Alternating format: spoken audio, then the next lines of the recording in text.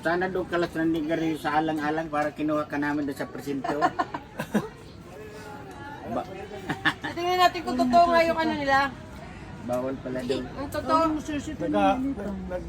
Bumabalik-balik nga yung patungkol ka doon eh.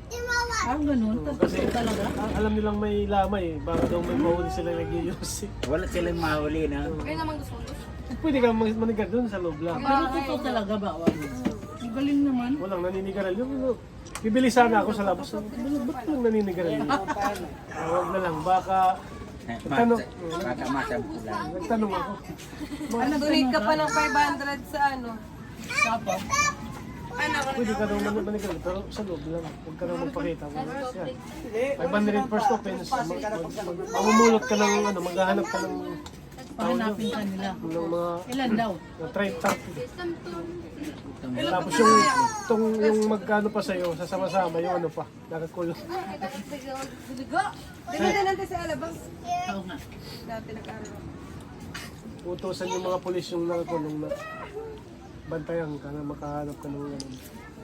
Ang sunod sa'yo. Bibili na lang tayo ng isang kahang sigarilyo. Papahitit namin kay Kuya Tony para mabigyan ka ng 30 na ano, upos.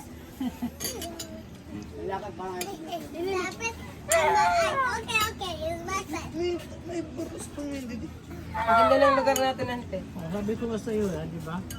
Noon mainit na. Sabi ko sa'yo palilipat mo painit dito. May ano. Mamang gusto.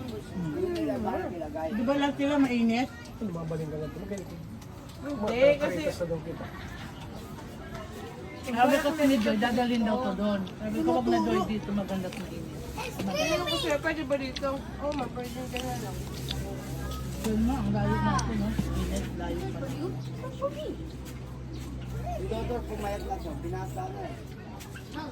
Malakas kumain, ganit kumasa ba? Dati mataba naman ito nung pa-school. Meron ito lang teners na matanda. Dalaga. Susunod naman yun. Yan yan. Yes. Kasi nag-team kami nandun. May tarpaulin kasi na pediatric, emergency room. Team building. Yun. Doon. Ayun. Nandyan. Wala na Yung sa sa'yo. pinapayungan sa kanila. Ha? Yung pinapayungan. Oo nga.